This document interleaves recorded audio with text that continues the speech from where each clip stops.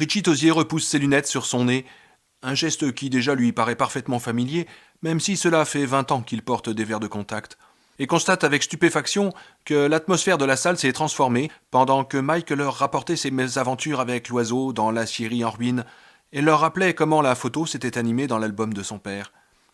Richie a senti une sorte d'énergie démente et roborative monter et croître. Il a pris la cocaïne 8 ou 9 fois au cours de ces 2 dernières années, surtout pendant des soirées. Il faut se méfier de la coke, en particulier quand on est un disque jockey en vue. Et la sensation était presque la même.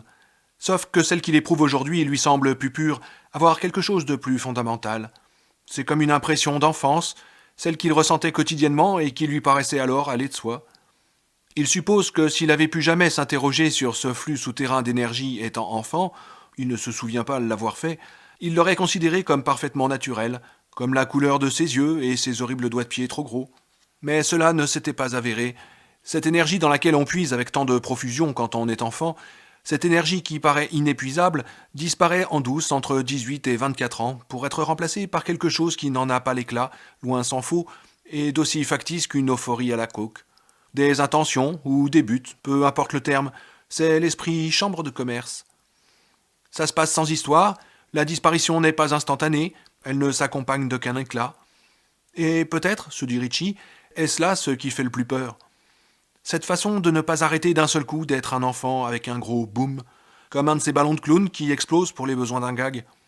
L'enfant qui est en soi fuit comme crève un pneu sans chambre, lentement. Un jour, on se regarde dans un miroir et c'est un adulte qui vous renvoie votre regard. On peut continuer à porter des blue jeans, à écouter Bruce Springsteen, on peut se teindre les cheveux, mais dans le miroir, ce sera toujours un adulte qui vous regarde. Peut-être que tout se passe pendant le sommeil, comme la visite de la petite souris, la fée des dents de lait. Non, pense-t-il, pas la fée des dents de lait, la fée de l'âge. Il rit de l'absurdité de cette image tout fort, et lorsque Beverly l'interroge du regard, il agite la main. Oh, ce n'est rien, mon chou, juste une idée stupide. Mais maintenant, cette énergie est de retour. Non pas entièrement, mais en cours de reconstitution. Et il n'est pas seul en cause. Il la sent qui remplit la salle. Pour la première fois depuis ce déjeuner épouvantable où ils se sont tous retrouvés, Mike lui paraît aller bien. Lorsque Richie est arrivé dans la salle de réception du restaurant et qu'il y a vu Mike assis avec Ben et Eddie, il a ressenti un choc et il s'est dit « Voici un homme en train de devenir fou, peut-être même bientôt prêt à se suicider. » Mais l'impression a disparu. Elle ne s'est pas simplement sublimée, elle a vraiment disparu. Assis ici, Richie vient de voir ce qu'il en restait s'évanouir au fur et à mesure que Mike revivait les épisodes de l'oiseau et de l'album. Ses batteries se sont rechargées. Il en est de même pour tous. Cela se lit sur leur visage, dans leur voix, dans leurs gestes. Eddie se prépare un autre gin au jus de prune. Bill se verse une nouvelle rasade de bourbon et Mike ouvre une deuxième bière. Beverly jette un bref coup d'œil à la grappe de ballon que Mike a attachée à l'appareil à microfilm et finit hâtivement sa vodka orange. Tous ont bu avec enthousiasme, mais aucun n'est ivre. Richie ignore d'où provient cette énergie, mais en tout cas, ce n'est pas de la bouteille. Les nègres de Derry sifflaient par l'oiseau, sur les bleus. Les ratés ratent toujours, mais Stanuris ne s'est pas raté, sur les oranges. C'est finalement Eddie qui rompt le silence. « Que pensez-vous que ça sache au juste de ce que nous tramons ?» demande-t-il. « Ça ? Il était présent, non ?» dit Ben. « Oh, je suis pas sûr que cela veuille dire quelque chose, répondit Eddie. Bill acquiesce. Ce ne sont que des images. Rien ne prouve que ça puisse nous voir, ou que ça sache ce que nous avons l'intention de faire. On peut voir un journaliste à la télé, mais lui ne peut pas nous voir. Ces ballons ne sont pas de simples images, remarque Beverly avec un geste du pouce. Ils sont bien réels. Et pourtant, ce n'est pas exact, dit Richie. Tous le regardent. Les images sont réelles, bien sûr, elles, mais... Et soudain, quelque chose se met en place, quelque chose de nouveau, avec une telle force qu'il emporte les mains aux oreilles. Derrière ses lunettes, ses yeux s'agrandissent. « Oh, mon Dieu !» s'écrie-t-il. Il cherche à tâtons la table, se redresse à moitié, puis retombe sur sa chaise lourdement. Il renverse sa bière en voulant la prendre, la redresse et boit ce qu'il en reste. Il se tourne vers Mike tandis que les autres le regardent avec inquiétude. « La brûlure !» crie-t-il presque. « Les yeux qui me brûlaient ! Mike, la brûlure !» Mike hoche la tête, un demi-sourire aux lèvres. « Richie !» demande Bill. « De quoi s'agit-il ?» Mais Richie l'entend à peine. La force du souvenir le balaie comme une vague, le faisant passer par des alternatives de chaud et de froid, et il comprend brusquement pour quelles raisons ses souvenirs sont remontés un par un. Si tout lui était revenu d'un coup, il aurait subi l'équivalent psychologique d'une détonation d'arme à feu déclenchée à 2 centimètres de son oreille, de quoi vous faire sauter le haut du crâne. On l'a vu venir, dit-il à Mike. On l'a vu venir, n'est-ce pas? Toi et moi, ou bien juste moi. Il saisit la main de Mike posée sur la table. L'as-tu vu, toi aussi, ou moi seulement? L'incendie de forêt, le cratère. Je l'ai vu, répondit paisiblement Mike en serrant la main de Richie, qui ferme un instant les yeux. Il lui semble n'avoir jamais ressenti une aussi chaude et puissante impression de soulagement de sa vie, même pas quand le vol de la PSA au décollage a dérapé au dehors de la piste et s'est arrêté là, sans casse. Quelques bagages à main étaient simplement tombés des casiers. Il avait bondi jusqu'à la sortie d'urgence et aidé une femme à quitter l'avion. La femme s'était foulée une cheville en courant dans l'herbe. Elle riait et n'arrêtait pas de dire « Je n'arrive pas à croire que je suis vivante, je n'y arrive pas ».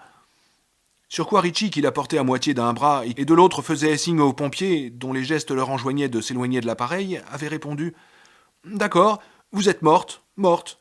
Est-ce que vous vous sentez mieux maintenant ?» Et tous deux avaient ri comme des fous, un rire de soulagement. Mais le soulagement qu'il éprouve en ce moment est encore plus grand. « Mais de quoi parlez-vous, les gars ?» demandait Dee en les regardant tour à tour. Richie interroge Mike du regard, mais celui-ci secoue la tête. « Oh, c'est à toi, Richie. J'ai déjà assez parlé pour la soirée. » « Vous ne le savez pas, ou vous l'avez oublié, car vous étiez partis, explique Richie aux autres. Mickey et moi avons été les 2 derniers Indiens dans la petite fumée. La petite fumée, répète Bill songeur, le regard perdu. La sensation de brûlure dans mes yeux sous mes lentilles de contact, je l'ai ressentie tout de suite après le coup de fil de Mike en Californie. J'ignorais alors ce que c'était, mais maintenant je le sais. C'était de la fumée, une fumée vieille de 27 ans. Il se tourne vers Mike. Psychologique? Psychosomatique? Quelque chose remonté de l'inconscient? Oh, je ne dirais pas cela, répond tranquillement Mike. Mais plutôt que la sensation avait la même réalité que les ballons, ou que la tête que j'ai vue dans le frigo, ou que le cadavre de Tony Tracker vu par Eddie. Explique-leur, Richie. Eh bien, c'était 4 ou 5 jours après l'incident de l'album du père de Mike. Peu après la mi-juillet, très probablement. Le club souterrain était achevé, mais la petite fumée, c'était ton idée, meule de foin. Tu avais trouvé ça dans un de tes bouquins. Ben a un léger sourire et acquiesce. Richie pense. Il faisait très gris ce jour-là, pas de vent, de l'orage dans l'air, comme le jour, un mois plus tard environ, où nous avons formé le cercle dans la rivière et où Stan a entaillé nos mains avec cet éclat d'une bouteille de coke. L'atmosphère était comme écrasée au sol, dans l'attente d'un événement, et plus tard, Bill a dit que c'était devenu suffocant aussi rapidement parce qu'il n'y avait aucun appel d'air. Le 17 juillet, oui, le 17, le jour de la petite fumée. Un mois après le début des vacances, et alors que le noyau des ratés, Bill, Eddie et Ben, s'était formé dans les friches. Mais voyons, pense Richie, les prévisions météo pour cette journée vieillent de presque de 27 ans. Je peux dire ce qu'elles annonçaient avant de les avoir lues, façon Richie Tosier ou le grand mentaliseur. Chaud, humide, risque d'orage, surveillez les visions qui peuvent naître de la petite fumée. Cela se passait 2 jours après la découverte du corps de Jimmy Cullum, le lendemain du jour où Mr. Nell était redescendu dans les friches et s'était assis juste au-dessus du club, sans s'en douter un instant, car le toit avait été installé et Ben en personne avait veillé à son camouflage. À moins de se mettre à 4 pattes et de tout examiner à la loupe, jamais on n'aurait pu deviner quoi que ce fût. Comme le barrage, le club souterrain de Ben avait été un succès retentissant, mais cette fois-ci, M. Nell n'en sut rien. Il les avait interrogés avec soin, officiellement, notant toutes les réponses dans son carnet noir, mais il n'avait que peu de choses à déclarer, du moins en ce qui concernait Jimmy Cullum, et le policier était reparti en leur rappelant une fois de plus qu'il ne devait jamais venir jouer seul dans les friches, au grand jamais. Sans doute les en aurait-il chassés si on avait cru au département de police de Derry que le petit Cullum avait été tué ici. Mais tout le monde savait bien qu'avec ce système d'égout et de canalisation, tout finissait par y être rejeté. Monsieur Nell était venu le 16, oui, par une journée également chaude et humide, mais ensoleillée. Le ciel s'était couvert le 17. « Vas-tu nous parler ou non, Richie ?» demanda Bev. Elle esquissa un sourire, les lèvres pleines, maquillée en rouge rose pâle, le regard animé. « Je me demandais par où commencer, répond-il en enlevant ses lunettes, qu'il essuie sur un pan de sa chemise. Et tout d'un coup, il sait. Au moment où le sol s'est ouvert devant lui et Bill, il connaissait pourtant le club, mais ça l'impressionnait toujours de voir cette fente noire s'entrebâiller dans la terre. Il se souvient que Bill l'avait pris sur le porte-bagages de Silver à leur point de rendez-vous habituel dans Kansas Street, Puis, comme ils avaient rangé la bicyclette sous le pont. Il se souvient de leur marche jusqu'à la petite clairière, sur un sentier si étroit qu'il fallait avancer de profil par moments dans l'enchevêtrement des broussailles. On était en plein été et la végétation des friches était à son apogée. Il se souvient des claques qu'il se donnait pour chasser les moustiques qui zonzonnaient à ses oreilles, de quoi rendre fou. Il se souvient même de Bill disant « Oh, comme tout lui revient avec clarté, non pas comme si c'était arrivé hier, mais comme si c'était en train de se produire. Bouge pas, Richie, il y a un gros balèze sur ton cou. Oh, bon Dieu, s'exclama Richie qui détestait les moustiques. Des saloperies de petits vampires volants, pas autre chose. Tue-le, Bill. » La main de Bill s'abattit sur la nuque de son ami. Oula! Hé, regarde! Un moustique écrasé gisait au cœur d'une tache irrégulière de sang dans la paume de Bill.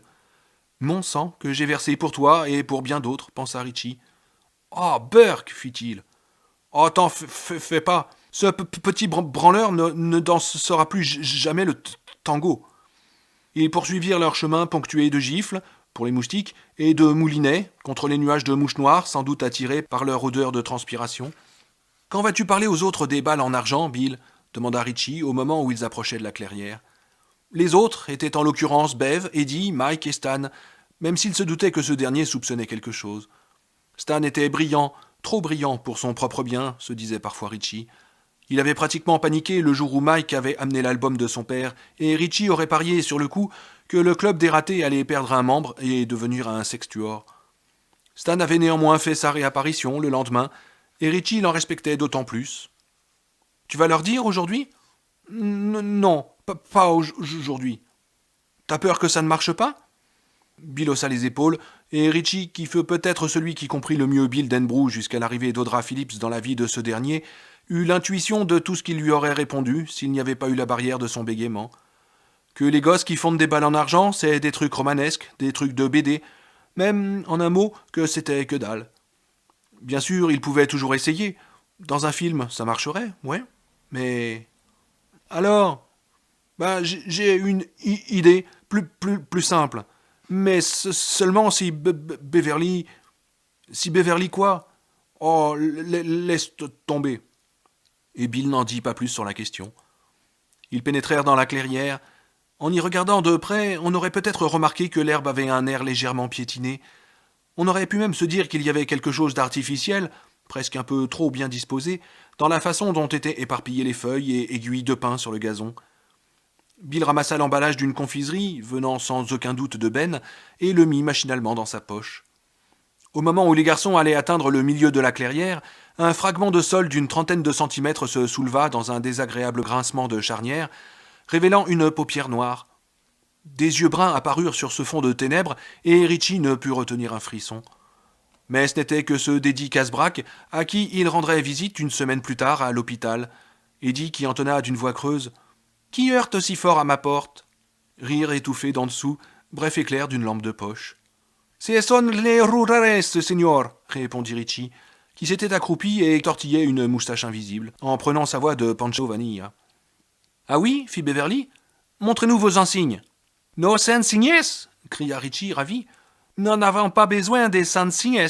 On est seul suffit. »« Oh, va te faire foutre, Pancho » répliqua Eddie en refermant sèchement la grosse paupière. D'autres rires étouffés montèrent du sol. « Sortez tous les mains en l'air » gronda Bill d'une voix basse et autoritaire d'adulte. Il se mit à piétiner lourdement le toit de gazon du club. C'est à peine si l'on voyait bouger le sol sur son passage. Ils avaient fait du bon travail. « Vous n'avez pas l'ombre d'une chance » reprit-il sur le même ton, se voyant lui-même comme l'intrépide Joe Friday de la police de Los Angeles. « Sortez tous de là, bande de rats, ou bien on ouvre le feu !» Il sauta lourdement sur place pour accentuer l'effet, cris et rires d'en dessous. Bill souriait, sans se rendre compte que Richie l'observait attentivement, non pas comme un enfant regarde un autre enfant, mais pendant un bref instant, comme un adulte regarde un enfant. Il ne sait pas qu'il ne le fait pas toujours, pensa Richie. « Laisse-les entrer, Ben, avant qu'ils démolissent tout, dit Bev. Et bientôt s'ouvrit une trappe, comme une écoutille de sous-marin. La tête de Ben apparut, toute rouge. Richie comprit aussitôt que Ben devait être assis à côté de Beverly. Bill et Richie descendirent par la trappe que Ben referma. Ils étaient tous réunis, assis contre les parois de planches, genoux remontés, la lumière de la lampe de poche de Ben révélant mal les visages. « Alors, qu'est-ce qui se passe ?» demanda Bill. Pas grand-chose, répondit Ben. Il était bien assis à côté de Beverly, et si sa figure était écarlate, il avait aussi l'air heureux. On était juste. Dis-leur, Ben, l'interrompit Eddie. Dis-leur l'histoire, faut voir ce qu'ils en pensent.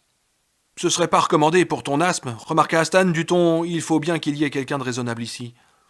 Richie était assis entre Mike et Ben, mains jointes aux genoux. L'endroit était délicieusement frais et avait quelque chose de délicieusement secret. De quoi parliez-vous ? Eh bien, Ben nous a raconté une histoire de cérémonie indienne, répondit Bev. Mais Stan a raison, ça ne serait pas très bon pour ton asthme, Eddie. Oh, ça me fera peut-être du bien, objecta Eddie, d'un ton dont l'assurance, remarqua Richie, lui faisait honneur. En général, les crises se produisent quand je m'énerve. Je voudrais bien essayer de toute façon. Mais essayez quoi ? La cérémonie de la petite fumée, dit Eddie. Qu'est-ce que c'est ? Eh bien, j'ai trouvé ça dans un livre de la bibliothèque la semaine dernière, commença Ben. Fantôme des Grandes Plaines. Il parle des tribus indiennes qui vivaient dans l'Ouest, il y a 150 ans. Les Paiutes, les Pawnee, les Kiowa, les Hotu et les Comanches. C'est vraiment un bon livre. Qu'est-ce que j'aimerais aller dans les États où ils vivaient, l'Iowa, le Nebraska, le Colorado et l'Utah. Oh, arrête, et parle-nous de la cérémonie de la petite fumée, dit Beverly en le poussant du coude. Oui, ok, d'accord. Et Richie se dit qu'il aurait répondu la même chose si Bev lui avait demandé de boire une fiole de poison. Eh bien, presque tous ces Indiens avaient des cérémonies spéciales, et c'est notre club souterrain qui m'y a fait penser. À chaque fois qu'ils avaient des décisions importantes à prendre, s'il fallait ou non suivre les troupeaux de bisons, trouver des nouvelles sources ou faire la guerre à leurs ennemis, ils creusaient un grand trou qu'ils recouvraient de branches en laissant juste un petit passage pour la fumée. Quand l'installation était terminée, ils allumaient un feu dans la fosse. Ils se servaient de bois vert pour qu'il y ait beaucoup de fumée, et tous les braves s'asseyaient autour de ce feu. Le trou ne tardait pas à se remplir de fumée. Le livre dit que c'était une cérémonie religieuse, mais on peut aussi parler de compétition, je crois. Au bout d'une demi-journée à peu près, la plupart des braves en sortaient à quatre pattes, ne pouvant plus supporter la fumée. Il en restait 2 ou 3. Ceux-ci, dit-on, avaient des visions. Ah ouais, moi je crois que j'en aurais aussi si je respirais de la fumée pendant 5 ou 6 heures, remarqua Mike, ce qui les fit tous rire. En principe, ces visions expliquaient à la tribu ce qu'ils devaient faire, reprit Ben. Et je ne sais pas si c'est vrai ou non, mais d'après le livre, elles faisaient presque toujours prendre la bonne décision. Il y eut un silence et Richie regarda Bill. Il se rendit compte qu'ils le regardaient tous, et il eut l'impression, une fois de plus, que l'histoire de la petite fumée de Ben était quelque chose de plus qu'un exemple qu'on prend dans un livre pour ensuite jouer soi-même à l'apprenti chimiste ou au magicien. Ils le savaient, tous le savaient. C'était quelque chose qu'ils étaient censés faire. Ceux-ci, dit-on, avaient des visions. Ces visions faisaient presque toujours prendre la bonne décision. Richie pensa. Je parie que si on lui demande, Ben nous dira que c'est tout juste si ce livre ne lui a pas sauté dans les mains. Comme si quelque chose avait voulu lui voir lire celui-ci et pas un autre, pour qu'il nous parle ensuite de la cérémonie de la petite fumée. Parce qu'il y a bien une tribu ici, non ? Ah oui, nous. Et nous avons bougrement besoin de savoir ce que nous devons faire. Cette réflexion en amena une autre. Tout cela était-il censé arriver ? Depuis le moment où Ben a eu l'idée du club souterrain au lieu de la cabane dans les arbres, cela devait-il arriver ? Qu'est-ce qui révèle de notre initiative là-dedans ? Et qu'est-ce qui vient d'ailleurs ? Il se dit que d'une certaine manière, cette idée avait quelque chose de réconfortant. Il était agréable d'imaginer que quelque chose de plus puissant que soi, de plus intelligent que soi, réfléchissait à votre place, comme les adultes font quand ils prévoient les repas, achètent les vêtements et organisent l'emploi du temps des enfants. Et Richie était convaincu que la force qui les avait rassemblés, celle qui s'était servie de Ben pour leur faire connaître la cérémonie de la petite fumée, n'était pas la même que celle qui tuait les enfants. C'était une sorte de contre-force qui s'opposait à ça. Néanmoins, il ne trouvait pas très agréable cette impression de ne pas contrôler ses propres actions, d'être dirigé, utilisé. Tous regardaient Bill, tous attendaient de voir ce qu'il allait dire. Vous savez, ça m'a l'air pas mal du tout. Beverly soupira et Stan s'agita, mal à l'aise. Ce fut tout. Pas mal du tout, répéta Bill en se regardant les mains. Peut-être cela tenait-il à la lumière vacillante de la lampe que Ben tenait à la main, mais Richie trouva que Bill, en dépit de son sourire, était un peu pâle et avait l'air d'avoir très peur. C'était peut-être aussi son imagination. Une vision peut nous être utile pour savoir quoi faire. Et si quelqu'un doit avoir une vision, pensa Richie, ce sera Bill. Mais sur ce point, il se trompait. Ben intervint. Ça ne marche probablement que pour les Indiens, mais on peut toujours essayer. Ouais, On va sans doute tous s'évanouir à cause de la fumée et crever dans notre trou, fit Stan d'un ton sinistre. Ça vaudra vraiment le coup. Tu ne veux pas, Stan demanda Heidi. Bon, si, même si je suis pas très enthousiaste. Il soupira. Vous êtes en train de me rendre cinglé, les mecs, vous savez? Et on fait ça quand ajouta-t-il en regardant Bill.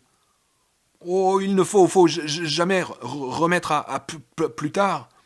Il y eut un silence, stupéfait, puis songeur. Finalement, Richie se redressa et ouvrit la trappe, laissant pénétrer dans le club la lumière grise et brillante de cette tranquille journée d'été.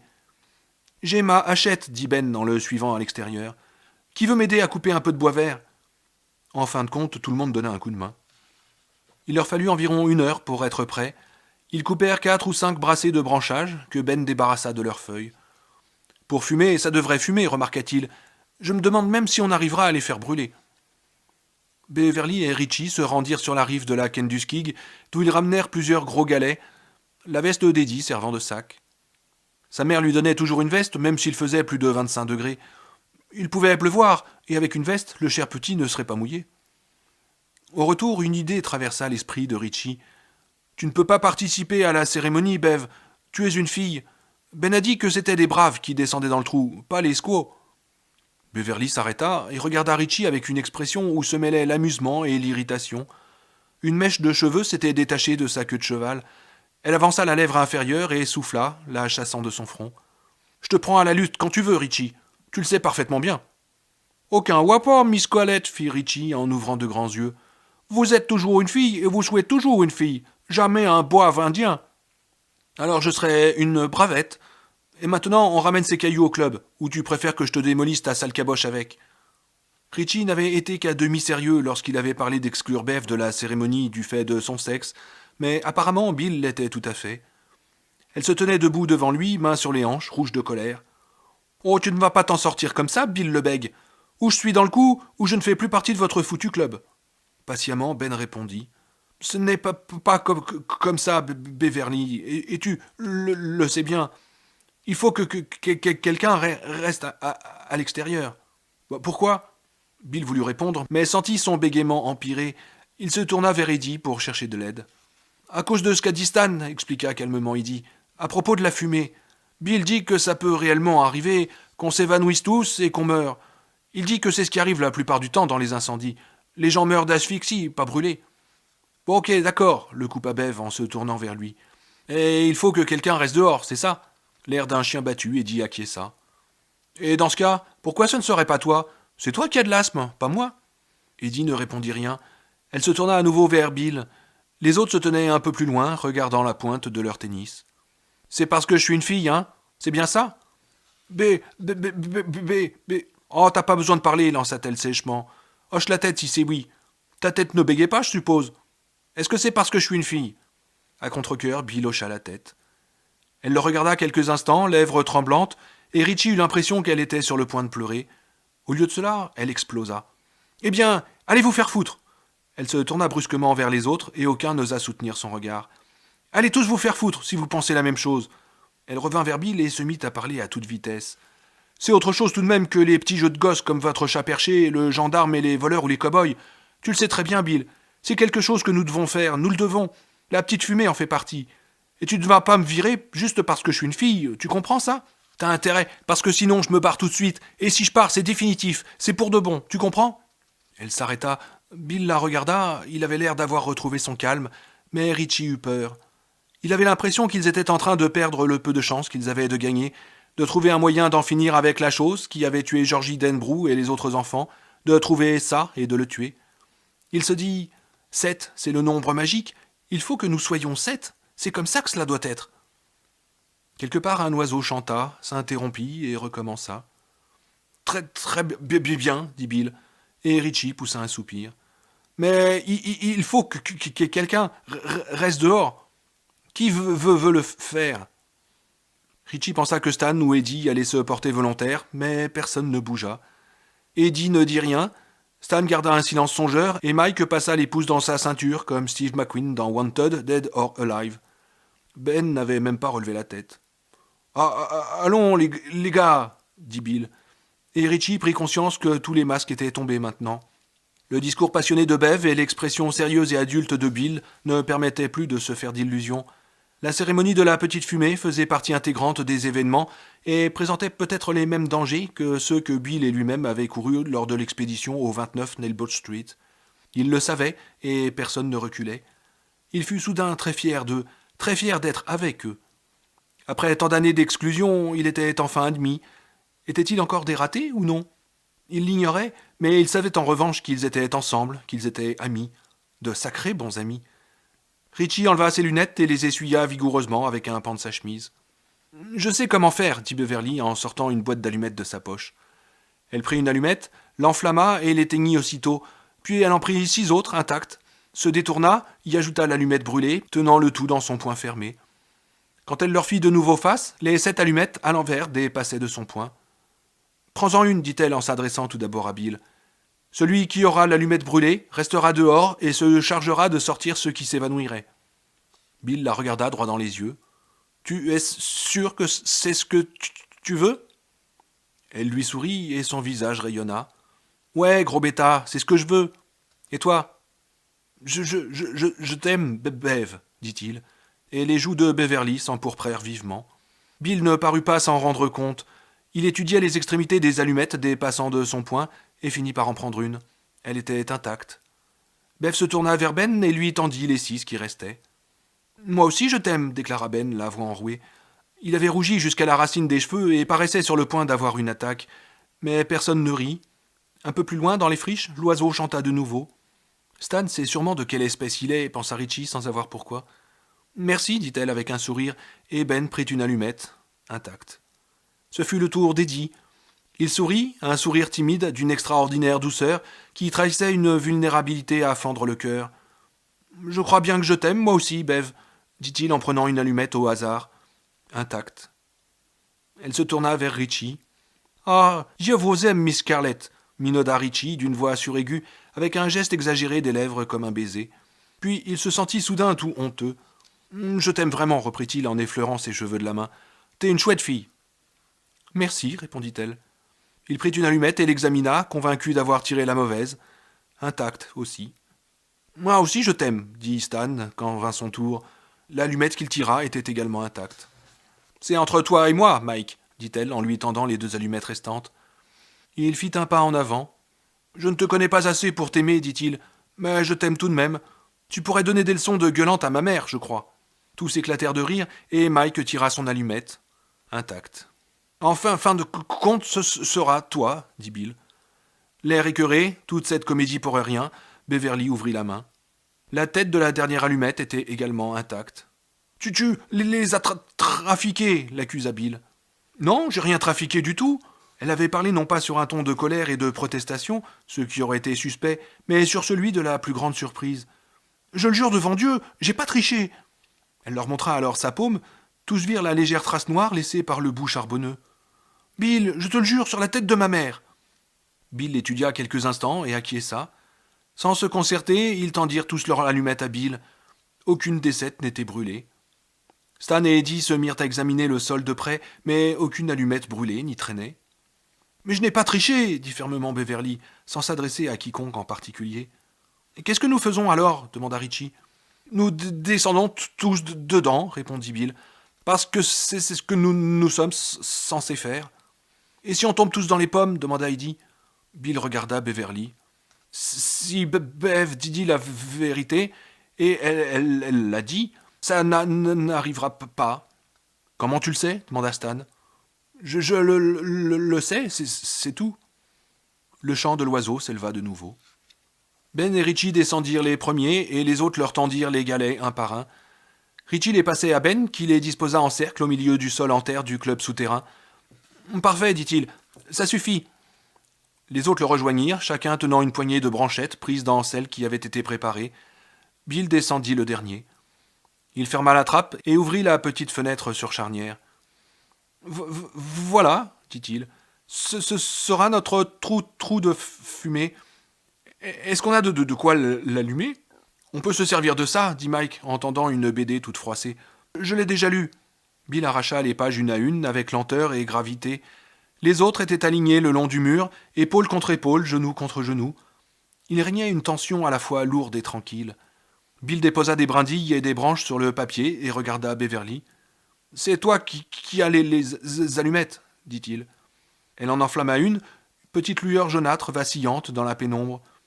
Cette fichue cochonnerie ne va sans doute pas prendre, dit-elle d'une voix qui manquait d'assurance, en mettant le feu au papier à plusieurs endroits. Quand la flamme de l'allumette s'approcha trop de ses doigts, elle la jeta au milieu du foyer. Les flammes s'élevèrent, jaunes, avec des craquements, accusant les reliefs de leurs visages, et dès cet instant-là, Richie n'eut aucun mal à admettre la véracité de la légende indienne. Il se dit qu'il en avait été ainsi en ces temps où l'idée d'un homme blanc n'était rien de plus qu'une rumeur, une histoire à dormir debout pour ces Indiens qui suivaient des troupeaux de bisons tellement énormes que leur passage secouait la terre comme un séisme. Il se les représentait, Kiowas, Pawnee ou autres, accroupis dans la fosse de la petite fumée, genoux contre genoux et épaule contre épaule, les yeux sur le feu qui s'enfonçait avec des sifflements dans les plaies qu'ils s'ouvraient dans le bois, à l'écoute du léger chuintement régulier de la sève bavant à l'extrémité des tiges humides, attendant la vision. Ouais, assis ici, maintenant, Richie pouvait y croire, et à voir la sombre expression avec laquelle tous contemplaient les flammes en train de dévorer la BD de Mike, il comprenait que chacun le croyait aussi. Les branches prenaient. Le club souterrain commença à se remplir de fumée. Une partie de celle-ci, blanche comme des signaux d'Indiens dans un western de série B, s'échappa par l'ouverture. Mais au dehors, il n'y avait pas le moindre souffle susceptible de créer l'appel d'air qui aurait assuré un minimum de tirage, si bien que presque toute la fumée resta à l'intérieur. Sa morsure âcre piquait les yeux et prenait à la gorge. Richie entendit Eddie tousser par deux fois, un son sec comme deux planches heurtées, puis le silence retomba. Il n'aurait pas dû rester ici, pensa-t-il, mais quelque chose d'autre, apparemment, voyait le problème différemment. Bill jeta une nouvelle poignée de branches vertes sur le feu hésitant et demanda d'une voix ténue, très inhabituelle chez lui. « Quelqu'un a-t-il une vision ?»« La vision que je sors d'ici, » dit Stan Uris, ce qui fit rire Beverly, mais son rire se transforma en quinte de toux. Richie s'appuya de la nuque contre la paroi et leva les yeux sur le trou de fumée, mince rectangle de ciel gris. Il pensa à la statue de Paul Bunyan en mars dernier, mais sans doute n'était-ce qu'un mirage, une hallucination, une vision. « La fumée me tue, oh là là !» s'exclama Ben. « Bah alors sors !» murmura Richie sans quitter des yeux le trou de fumée. Il avait l'impression de maîtriser en partie ce qui se passait, d'avoir perdu 5 kilos. Il aurait juré que le club souterrain était devenu plus vaste. Là-dessus, il aurait été catégorique. Il était assis avec la grosse cuisse de Ben calée contre la sienne et l'épaule osseuse de Bill qui lui rentrait dans les bras. Or maintenant, il ne touchait aucun des deux. Il regarda paresseusement à sa droite et à sa gauche pour vérifier qu'il ne se trompait pas, et il avait raison. Ben était à 30 centimètres de lui sur la gauche environ, et à sa droite, Bill paraissait encore plus éloigné. « Nous avons plus de place, amis et voisins, dit-il. Il prit une profonde inspiration et se mit à tousser violemment. Cela lui faisait mal, très mal dans la poitrine, comme lorsqu'on a une bronchite ou la grippe ou un truc comme ça. Pendant un moment, il crut que jamais il ne s'arrêterait et qu'il continuerait à tousser jusqu'à ce qu'on le tire de là. S'ils en sont encore capables, pensa-t-il. Mais l'idée lui parut tellement lointaine qu'elle en perdut tout ce qu'elle avait d'effrayant. Bill lui tapa alors sur l'épaule et la toux passa. « Tu ne sais pas que tu ne le fais pas toujours ?» dit Richie. Il regardait toujours le trou de fumée et non Bill. Comme l'ouverture lui paraissait éclatante. Quand il fermait les yeux, il voyait tout le rectangle de lumière flottant dans le noir, mais d'un vert brillant et non plus gris-blanc. « Qu'est-ce que tu veux dire ?»« Bah, ton bégaiement. » Il se tut, conscient que quelqu'un toussait, sans qu'il puisse dire qui. « C'est toi qui devrais imiter des voix, Bill, pas moi !» La toux devint plus forte. La lumière du jour envahit soudain le club avec une telle force que Richie dut plisser les yeux. C'est à peine s'il distinguait Stan Uris qui se précipitait à l'extérieur. « Désolé, réussit à dire Stan au milieu des spasmes de sa toux. « Désolé, je peux plus. »« T'en fais pas, Stan, s'entendit-il dire. T'as pas besoin de t'excuser. » Il avait l'impression que sa voix venait d'un autre corps que le sien. La trappe se referma, mais suffisamment d'air frais avait pénétré pour lui éclaircir un peu les idées. Avant que Ben ne se fût déplacé pour profiter de la place libérée par Stan, Richie prit conscience de la pression de la cuisse du gros garçon contre la sienne. Comment avait-il pu éprouver l'impression que le club s'était agrandi ? Mike Hanlon jeta encore un peu de bois sur le feu. Richie recommença à respirer à petits coups, les yeux toujours tournés vers le trou de fumée. Il n'avait aucune idée du temps qui pouvait s'être écoulé, mais il se rendait compte que, en plus d'être enfumé, le club devenait agréable et chaud. Il regarda autour de lui, vers ses amis. On les devinait mal dans les volutes de fumée et le peu de lumière terne qui tombait du trou de fumée. Bev avait la tête rejetée en arrière contre un étai, mains aux genoux, les yeux fermés, des larmes coulant sur ses joues jusqu'au lobe de ses oreilles. Bill était assis en tailleur, le menton sur la poitrine. Quant à Ben... Mais soudain, Ben sauta sur ses pieds et ouvrit de nouveau la trappe. « L'ami Ben nous quitte », commenta Mike. Il était assis à l'indienne, directement en face de Richie, et avait les yeux aussi rouges que ceux d'une belette. Une fraîcheur relative leur arriva une fois de plus, tandis que des volutes de fumée sortaient par l'ouverture. Ben toussait et éructait, et Stan dut l'aider à sortir. Avant qu'ils n'eussent eu le temps de refermer la trappe, Eddie s'était levé en chancelant. Le visage d'une pâleur mortelle, sauf sous les yeux. Sa poitrine étroite se soulevait spasmodiquement sur un rythme rapide. Il attrapa à tâtons le bord de la trappe, et il serait retombé si Ben ne l'avait pas saisi d'une main et Stan de l'autre. « Désolé !» réussit à couiner faiblement Eddie, soudain aspiré à l'extérieur. La trappe se referma. Il y eut une longue période tranquille. La fumée s'épaissit jusqu'à former un épais brouillard. « Une vraie purée de pois, mon cher Watson », pensa Richie, qui pendant quelques instants se prit pour Sherlock Holmes, remontant d'un pas décidé Baker Street. Moriarty n'était pas loin, un fiacre l'attendait et tout était en place. Le tableau était d'une stupéfiante solidité, il avait presque du poids et ne ressemblait en rien à ces petites rêveries qu'il s'octroyait souvent. C'était quelque chose de presque réel. Il lui restait encore assez de bon sens pour se dire que si tout ce qu'il tirait d'une vision était de se voir en Sherlock Holmes arpentant Baker Street, la notion de vision était rudement surfaite. Sauf bien sûr que ce n'est pas Moriarty qui nous attend dehors. Ce qui nous attend, c'est ça. Et ça est bien réel. La trappe s'ouvrit alors et Beverly sortit, toussant sèchement une main devant la bouche. Ben la prit par une main et Stan la souleva par-dessous les bras. Se poussant et tirée, elle disparut de son champ de vision. « C'est plus grand, » dit Bill. Richie regarda autour de lui. Il vit le cercle de pierre à l'intérieur duquel le feu se consumait pauvrement, dégageant des volutes de fumée. En face de lui, Mike était assis, jambes croisées, comme un totem taillé dans de l'acajou, et le regardait à travers le feu de ses yeux rougis. Sauf que Mike se trouvait à 20 mètres de lui au bas mot, et que Bill était encore plus loin sur sa droite.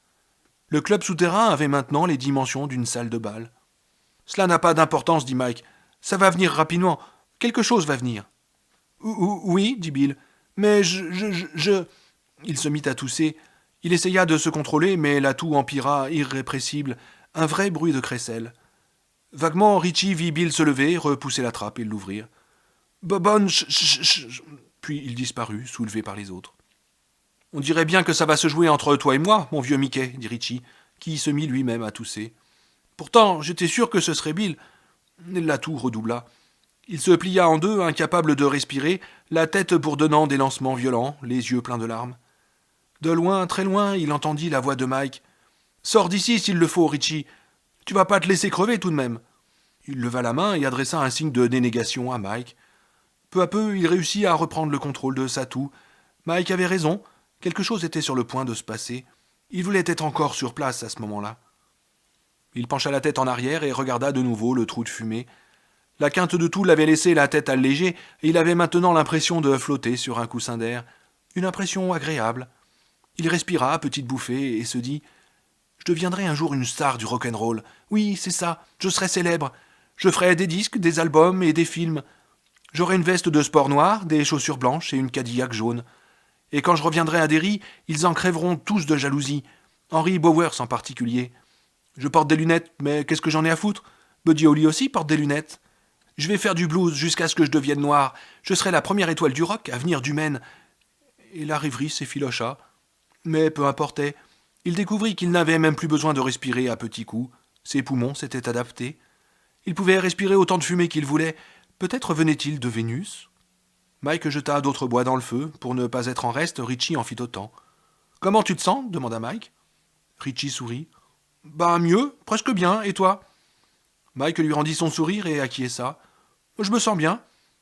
T'as pas eu des idées marrantes ?»« Ah si, je me suis pris pour Sherlock Holmes pendant une minute, puis pour une star de rock.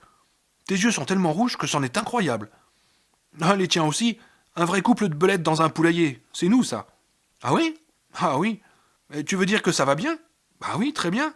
Et tu veux dire que tu as le mot ? Je l'ai, Mickey.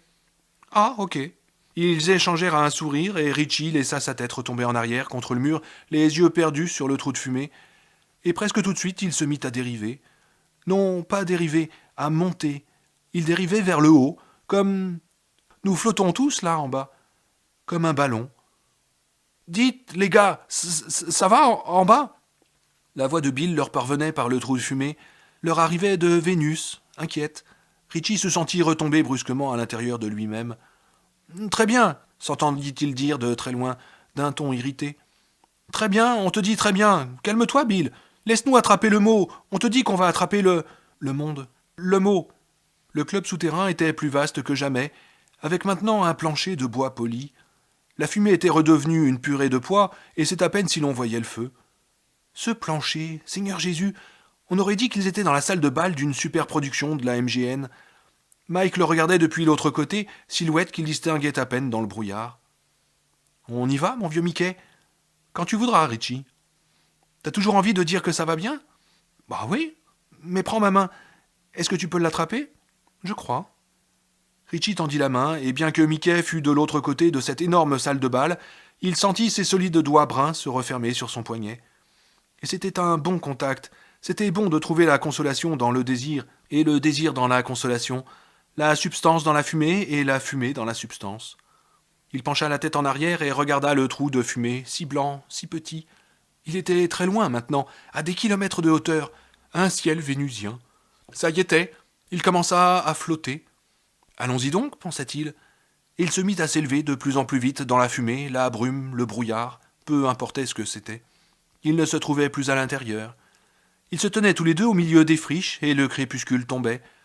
C'étaient bien les friches, il le savait, mais tout paraissait différent. Le feuillage était plus luxuriant, plus profond et sauvagement parfumé. Il y poussait des plantes qu'il n'avait jamais vues, et Richie se rendit compte que dans certains cas, ce qu'il avait pris pour des arbres étaient en fait des fougères géantes. On entendait un bruit d'eau courante, mais plus fort que ce qu'il aurait dû être. C'était pas le babil paresseux de la Kentuskig, mais plutôt le rugissement du Colorado, tel qu'il se l'imaginait, s'ouvrant un chemin dans le Grand Canyon. Il faisait aussi très chaud. Certes, il pouvait faire chaud dans le Maine pendant l'été, une chaleur humide telle parfois que l'on gisait moite dans son lit jusqu'au milieu de la nuit. Cependant, jamais de sa vie il n'avait ressenti une telle impression de chaleur et d'humidité. Des lambeaux d'une brume épaisse et fumeuse stagnaient dans les dépressions du relief et s'enroulaient autour de leurs jambes. Elle avait l'odeur âcre du bois vert qui brûle. Mike et lui se dirigèrent en silence vers le grondement de l'eau, s'ouvrant un chemin dans l'étrange végétation. Des lianes comme des cordes pendaient entre certains arbres, semblables à des hamacs de toile d'araignée, et Richie entendit une fois un bruit de branches écrasées dans les buissons qui évoquait un animal plus gros qu'un daim. Il s'arrêta, le temps de regarder autour de lui et de faire le tour de l'horizon. Le gros cylindre blanc du château d'eau ne se dressait pas à son emplacement. Le dépôt aux multiples voies de la gare avait également disparu, tout comme le lotissement d'Old Cape, remplacé par des monticules de grès rouge qui dépassaient au milieu des fougères géantes et des pins. Il y eut un bruit de battement d'ailes au-dessus d'eux. Les deux garçons se tapirent au passage d'une escadrille de chauves-souris. Jamais Richie n'en avait vu d'aussi gigantesque, et pendant un instant il fut encore plus terrifié que le jour où Bill bataillait pour faire prendre de la vitesse à Silver, tandis que le loup-garou se lançait à leur poursuite. La tranquillité et la totale étrangeté de ce paysage étaient quelque chose de terrible, mais son abominable familiarité avec quelque chose de pire encore. Pas besoin de paniquer, se dit-il à lui-même. Ce n'est qu'un rêve, une vision ou quelque chose comme ça. Le vieux Mike et moi, on se trouve en réalité dans le club souterrain, en train de s'étrangler avec la fumée. Le grand Bill ne va pas tarder à être pris de frousse de ne pas entendre de réponse, et il va venir nous tirer de là avec Ben. Tout ça, comme dit l'autre, c'est juste pour faire semblant. N'empêche, l'une des chauves-souris avait une aile en lambeaux au point qu'il voyait le ciel brumeux briller à travers, et quand ils passèrent en dessous d'une des fougères géantes, ils aperçurent une chenille jaune bien grasse qui arpentait une large feuille verte, laissant son ombre derrière elle. Des bestioles minuscules grouillaient sur le corps de la chenille. Si ce n'était qu'un rêve, jamais ils n'en avaient fait d'aussi clair. Ils continuèrent en direction du bruit de l'eau, et le tapis de brume qui recouvrait le terrain jusqu'à la hauteur des genoux était tellement épais qu'il ignorait si ses pieds touchaient ou non le sol. Ils arrivèrent à un endroit où il n'y avait plus ni brouillard, ni sol. Richie n'en croyait pas ses yeux. Ce n'était pas la Kentuskig, et pourtant c'était elle. Le torrent dévalait en bouillonnant une passe étroite ouverte dans cette même roche friable. Sur l'autre rive, on voyait les strates de pierre érodées qui marquaient l'enfoncement du lit, rouge-orange, rouge encore. Pas question de traverser ce tumulte sur des rochers. Un pont suspendu en corde aurait été nécessaire. En cas de chute, on aurait été immédiatement entraîné. Le grondement de l'eau dénotait une sorte de rage folle et amère, et tandis que Richie contemplait ce spectacle bouche bée, un poisson rose argenté bondit, faisant un saut d'une hauteur vertigineuse pour engloutir les insectes qui tourbillonnaient en nuages au-dessus de l'eau. Jamais non plus il n'avait vu de poisson semblable de sa vie, même pas dans un livre. Les oiseaux se mirent à pulluler dans le ciel en poussant des cris rauques, non pas par douzaines, mais par myriades, au point qu'à un moment donné, leur nuage cacha le soleil. Quelque chose d'autre produisit un bruit pesant d'écrasement dans les buissons, un bruit qui se prolongea cette fois. Richie fit vivement demi-tour, le cœur battant à tout rompre, et vit un animal qui avait l'air d'une antilope passer en un éclair en direction du sud-est. Quelque chose va se produire, les animaux le savent. Les oiseaux passèrent, sans doute pour aller se poser en masse un peu plus loin au sud. D'autres bêtes bondirent à grand bruit près d'eux, puis il se fit un silence que ne troublait que le grondement régulier de la rivière. Mais c'était un silence d'attente, lourd de menaces que Richie n'aimait pas. Il sentit se hérisser les cheveux de sa nuque et chercha de nouveau la main de Mike. « Sais-tu où nous sommes » cria-t-il à Mike. « Est-ce que tu as le mot ?»« Seigneur, oui, je l'ai. Nous sommes autrefois. Richie, autrefois, » répondit Mike sur le même ton. Richie acquiesça. Autrefois, comme dans « Il était une fois » ? Il y avait très très longtemps, quand nous vivions tous dans la forêt et que personne ne vivait ailleurs. Il se trouvait dans les friches, Dieu seul sait combien de milliers d'années avant Jésus-Christ, dans quelque inimaginable passé, bien avant l'époque glaciaire, quand la Nouvelle-Angleterre connaissait un climat aussi tropical que l'Amazonie aujourd'hui, si aujourd'hui existait toujours. Il regarda encore autour de lui, nerveusement, s'attendant presque à voir un brontosaure redresser son cou immense contre le ciel et baisser son regard sur eux, la gueule pleine de boue et de plantes déracinées, ou un tigre à dents de sabre bondir du sous-bois.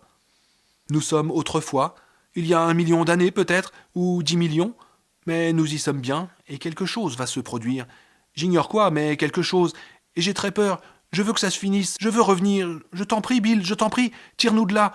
C'est comme si on était tombé dans une image. Je t'en supplie, aide-nous. La main de Mike se raidit dans la sienne, et il se rendit compte que le silence venait d'être rompu. Il ressentait, plus qu'il n'entendait, une vibration grave et régulière qui triturait la peau tendue de son tympan et croissait régulièrement. Elle n'avait aucune tonalité, elle était simplement là. Au commencement était le verbe, au commencement était le mot, un son, sans âme. À tâtons, sa main alla toucher l'arbre près duquel il se tenait, et sa paume, incurvée sur l'arrondi de l'écorce, sentit la vibration prisonnière à l'intérieur du tronc. Il se rendit compte au même instant qu'il la ressentait par les pieds sous la forme d'un picotement régulier qui montait le long de ses chevilles, de ses mollets, de ses genoux et transformait ses tendons en diapason excité. La vibration augmentait, augmentait. Elle venait du ciel. Incapable de s'en empêcher, Richie leva la tête. Le soleil était une pièce fondue, un cercle de feu dans les brumes basses, entouré d'un halo d'humidité. En dessous, la luxuriante et verdoyante étendue qu'étaient les friches gardait un silence absolu. Richie crut comprendre ce que signifiait cette vision. Ils étaient sur le point d'assister à l'arrivée de ça. La vibration se dota d'une voix, un grondement grave qui alla crescendo jusqu'à devenir insupportable. Richie se boucha vivement les oreilles et cria sans entendre son cri. À côté de lui, Mike Hanlon faisait la même chose, et Richie vit qu'il saignait un peu du nez. À l'ouest, les nuages n'étaient plus qu'un rougeoiement d'incendie se dirigeant vers eux, un ruisseau de flammes qui devint rivière, puis fleuve à la couleur menaçante. Puis un objet en feu rompit dans sa chute la couche nuageuse et un vent s'éleva. Un vent brûlant, desséchant, âcre de fumée et suffocant. La chose dans le ciel était gigantesque, tête de chalumeau trop éclatante pour être regardée. Des arcs électriques en jaillissaient comme des coups de fouet au sillage de tonnerre. « Un vaisseau spatial !» s'écria Richie, qui tomba à genoux et se cacha les yeux. « Oh mon Dieu, c'est un vaisseau spatial !» Il croyait cependant, ce qu'il tenterait d'expliquer aux autres plus tard le mieux possible, qu'en fait il ne s'agissait pas vraiment d'un vaisseau spatial, même s'il s'était déplacé à travers l'espace pour arriver là. Quelle que fût la chose tombée du ciel en ce jour de temps si reculé, elle était venue d'un lieu bien plus loin qu'une autre étoile ou une autre galaxie, et si le terme vaisseau spatial était ce qui lui était tout d'abord venu à l'esprit, peut-être cela venait-il de ce que son esprit n'avait pas d'autre moyen de catégoriser ce que ses yeux voyaient.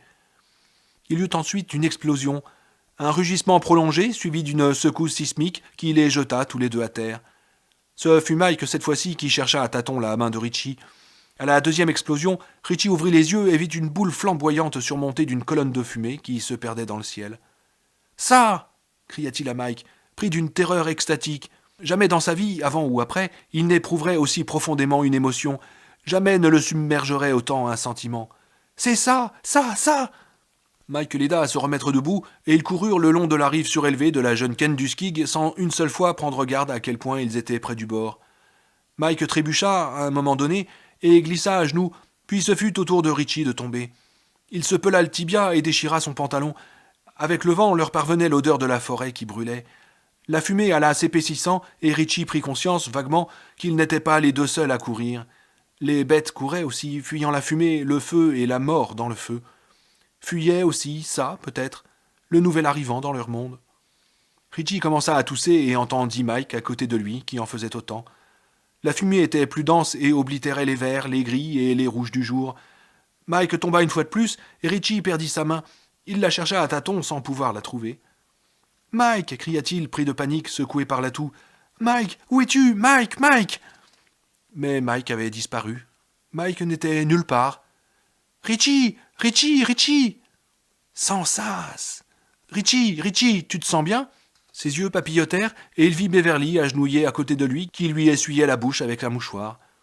Les autres, Bill, Eddie, Stan et Ben, se tenaient derrière elle, l'expression grave et inquiète. Il avait très mal d'un côté de la figure. Il voulait parler, mais ne put émettre qu'un croassement. Il essaya de s'éclaircir la gorge et crut qu'il allait vomir. Son gosier et ses poumons lui donnaient l'impression d'être tapissés de fumée. Il réussit finalement à dire « Tu m'as giflé, Beverly ?»« Ah, c'est la seule chose qui m'est venue à l'esprit, » répondit-elle. « Sans sas, la sensation, » murmura-t-il. « J'ai cru que ça tournait mal pour toi, c'est tout, » fit Beverly en éclatant soudain en larmes. Richie lui tapota maladroitement l'épaule et Bill posa une main sur sa nuque. D'un geste vif, elle la prit dans la sienne et la serra de toutes ses forces. Richie se redressa péniblement sur son séant. Le monde se mit à être agité de vagues. Comme il s'immobilisa, Richie vit Mike adossé à un arbre, tout à côté, l'air sonné et le visage couleur de cendre. « Est-ce que j'ai dégobillé ?» demanda Richie à Bev. Elle acquiesça entre deux sanglots. « Et je t'en ai foutu dessus, mignonne ?» fit-il avec sa voix de flic irlandais, une voix râpeuse et bafouillante. Bev éclata de rire à travers ses larmes et secoua la tête. « Je t'ai tourné la tête de côté. J'avais peur. Peur que tu t'étouffes avec, » expliqua-t-elle, en se remettant à sangloter de plus belle. « C'est pas sympa, » dit Bill, qui lui tenait toujours la main. « C'est moi qui bégaye ici, pas toi. » Bien envoyé, grand Bill, apprécia Richie. Il essaya de se mettre debout, mais retomba lourdement sur les fesses. Le monde s'était remis à ondoyer. Il commença à tousser et détourna la tête, se rendant compte qu'il allait vomir de nouveau d'un instant à l'autre. Cette fois-ci, ce ne fut qu'un mélange d'écume verdâtre et de salive épaisse qui sortit en filet de sa bouche. Il ferma très fort les yeux et croassa. « Qui veut un casse-croûte ?»« Oh merde, c'est pas vrai !» s'exclama Ben, dégoûté sans pouvoir s'empêcher de rire. « C'est plutôt du dégueulis, à mon avis, » riposta Richie, les yeux cependant toujours fermés. « La merde sort en général par l'autre bout chez moi. Je sais pas pour toi, meule de foin. » Quand finalement il rouvrit les yeux, il vit qu'il était à une vingtaine de mètres du club souterrain, dont la trappe et la fenêtre étaient toutes les deux grandes ouvertes, et il en montait encore un peu de fumée. Cette fois-ci, Richie fut capable de se lever. Il eut un instant l'impression qu'il allait encore vomir ou s'évanouir, ou les deux. « Sans sas !» murmura-t-il, en voyant le monde qui ondulait devant ses yeux. Quand il se stabilisa, le garçon se rendit comme il put auprès de Mike. Ce dernier avait toujours ses yeux rouges de belette et ses ourlets de pantalon mouillés. Richie se dit que lui aussi devait avoir eu des ennuis avec son estomac. « Pour un blanc, tu t'en es pas mal sorti ?» croassa Mike en lui donnant un faible coup de poing sur l'épaule. Richie se trouva à court de mots, une situation d'une exquise rareté. Bill les rejoignit, suivi des autres. « C'est vous qui nous avez sortis ?» demanda Richie. « Ben et moi. Vous êtes mis à crier tous les deux. Mais... » Il leva les yeux sur Ben. « C'était sans doute la fumée, Bill, » fit le gros garçon avec un indéniable manque de conviction. Froidement, Richie leur lança. « Est-ce que tu veux dire ce que je crois que tu veux dire ?» Bill haussa les épaules. « Quoi ?» C'est Mike qui répondit. « Nous n'y étions pas, hein ? Vous êtes descendus parce que vous nous avez entendus crier, mais il n'y avait personne. » C'était vraiment très enfumé, objecta Ben. Rien que de vous entendre crier comme ça, qu'est-ce que ça nous a fichu la trouille ? Mais ces cris, ils avaient l'air de venir de très loin, termina Bill. Bégayant abominablement, il leur dit que lorsqu'ils étaient descendus tous les deux, ils n'avaient vu ni Richie ni Mike. Il s'était mis à les chercher frénétiquement, pris de panique et terrifié à l'idée qu'il risquait de mourir étouffé par la fumée. Bill avait fini par agripper une main, celle de Richie. Il avait tiré de toutes ses forces, et Richie était sorti en vol plané de la pénombre, à peine conscient. Quand Bill s'était tourné, il avait vu Ben qui étreignait Mike dans ses bras, chacun toussant à qui mieux mieux. Ben avait littéralement propulsé Mike par la trappe. Ben hocha la tête et prit la parole. Je n'arrêtais pas de refermer mes mains sur le vide, comme si je voulais serrer les mains dans tous les sens. C'est alors que tu m'as pris le poignet, Mike. Il était fichtrement temps que tu m'attrapes, mon vieux. Un peu plus, et t'étais dans les pommes. À vous entendre tous les deux, remarqua Richie, on croirait que le club était beaucoup plus grand. Vous dites que vous avez cherché dans tous les sens. Mais pourtant, il ne fait qu'1,50 m de côté. Il y eut un moment de silence pendant lequel tous regardèrent Bill, sourcils froncés de concentration. Il était plus grand, admit-il finalement. N'est-ce pas, Ben? Ben haussa les épaules. Oui, on aurait dit, c'est sûr, mais c'était peut-être la fumée. Non, c'était pas la fumée, dit Richie. Juste avant que ça arrive, avant notre sortie, je me souviens d'avoir pensé qu'il était au moins aussi grand qu'une salle de bal dans un film, comme dans ces comédies musicales à grand spectacle. C'est à peine si je pouvais voir Mike sur la paroi opposée. Avant votre sortie? Demanda Beverly. Ce que je veux dire, c'est que... Elle saisit Richie par le bras. C'est arrivé, hein? C'est vraiment arrivé. Vous avez eu une vision, comme dans le livre de Ben? Elle rayonnait. C'est vraiment arrivé. Richie s'examina, puis regarda Mike. L'une des jambes du pantalon de velours de Mike était déchirée au genou, et la peau que l'on voyait par le trou était égratignée et saignait. Si c'était une vision, j'aime autant ne jamais en avoir d'autres, dit-il. Je veux pas parler pour le grand chef, là, mais je sais que quand je suis descendu dans ce truc, mes pantalons n'étaient pas troués. Ils sont pratiquement neufs, bon sang. Qu'est-ce que ma mère va me passer? Qu'est-ce qui est arrivé? Demandèrent ensemble Ben et Eddie. Richie et Mike échangèrent un regard, mais Richie commença par demander une cigarette à Beverly. Il lui en restait 2, mais à la première bouffée, Richie se mit à tousser avec une telle violence qu'il lui rendit celle qu'il venait d'allumer. « Oh, je peux pas, dit-il. Désolé. » C'était le passé, dit Mike. Du clou, oui. Ce n'était pas juste le passé, c'était il y a très, très, très longtemps. Oui, c'est vrai.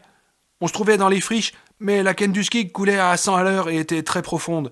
C'était sauvage comme vous pouvez pas imaginer. Il y avait du poisson dedans, du saumon, je crois.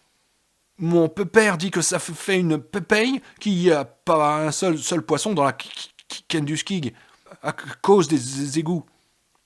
Non, vous n'avez pas compris. C'était il y a vraiment très très longtemps, fit Richie en les regardant tous, une expression d'incertitude sur le visage. Il y a au moins 1 million d'années, à mon avis. Un silence stupéfait suivit. C'est Beverly, au bout d'un moment, qui le rompit. Mais qu'est-ce qui s'est passé? Richie sentit les mots monter dans sa gorge, mais il avait eu de la peine à les faire sortir. C'était comme s'il allait encore vomir. Nous avons vu ça venir, finit-il par dire. En tout cas, je pense que c'était ça. Mon Dieu, murmura Stan. Mon Dieu. Il y eut un bref chuintement sifflé sonore. Eddie venait de se servir de son inhalateur. C'est descendu du ciel, reprit Mike. J'espère bien ne plus jamais revoir un truc pareil de toute ma vie. Ça dégageait une telle chaleur qu'on ne pouvait même pas le regarder. Et ça lançait des éclairs. Ça faisait du tonnerre. Le bruit. Il secoua la tête et regarda Richie. On aurait dit la fin du monde. Et quand ça a atterri, ça a mis le feu à la forêt. On n'en a pas vu davantage. Mais est-ce que c'était un vaisseau spatial? Demanda Ben. Oui, dit Richie. Non, dit Mike. Les deux garçons se regardèrent. Eh bien, je suppose qu'il s'agissait d'un vaisseau spatial, dit Mike, au moment où Richie admettait que ce n'en était pas réellement un, mais que... Ils se turent tous les deux, tandis que les autres les regardaient, perplexes. Raconte-toi, dit Richie à Mike. Je crois qu'on veut dire la même chose, mais il ne pige pas. Mike toussa dans sa main, puis leva les yeux sur ses amis, presque comme s'il s'excusait. Je ne sais pas comment vous expliquer ça. Essaye, au moins, l'encouragea Bill. C'est bien arrivé du ciel, répéta Mike, mais ce n'était pas un vaisseau spatial, pas exactement. Ce n'était pas non plus un météore, c'était plutôt comme, comme l'arche d'alliance dans la Bible, qui est censée contenir le Saint-Esprit de Dieu. Sauf que ce n'était pas Dieu, juste le seul fait de sentir ça, de voir ça arriver, on savait que ça n'avait que de mauvaises intentions et que c'était mauvais. Il les regarda tous. Richie acquiesça. Ça venait de l'extérieur. C'est l'impression que j'ai eue. Ça venait d'ailleurs, de l'extérieur. Mais de l'extérieur de quoi, Richie demanda Heidi. De l'extérieur de tout. Et quand ça a touché terre, ça a fait le trou le plus énorme que tu aies jamais vu de ta vie. La colline a été transformée en beignet, tu sais, ceux avec un trou au milieu. Ça a atterri exactement à l'endroit où se trouve maintenant le centre-ville de Derry. Il se tut, les regarda et ajouta « Est-ce que vous pigez ?» Beverly laissa tomber la cigarette à demi fumée et l'écrasa du talon. Mike prit la parole. « Ça, c'est toujours trouvé là, depuis le commencement des temps, avant même l'apparition des premiers hommes sur la Terre, ou peut-être il y en avait quelques-uns en Afrique qui bondissaient dans les arbres ou se cachaient dans des grottes. Le cratère a disparu aujourd'hui, ce sont sans doute les glaciers qui ont tout raboté. La vallée s'est creusée et le trou s'est bouché d'une manière ou d'une autre, mais il était toujours ici, endormi peut-être, attendant la fonte des glaciers, attendant la venue des hommes. Voilà pourquoi ça utilise les égouts et les canalisations, remarqua Richie. Pour ça, ça doit être comme des autoroutes. Et vous n'avez pas vu à quoi ça ressemblait demanda abruptement Stan, d'une voix un peu étranglée. Ils secouèrent la tête. Et peut-on tuer ça demanda Heidi dans le silence qui se prolongeait. Un truc pareil. Personne ne répondit.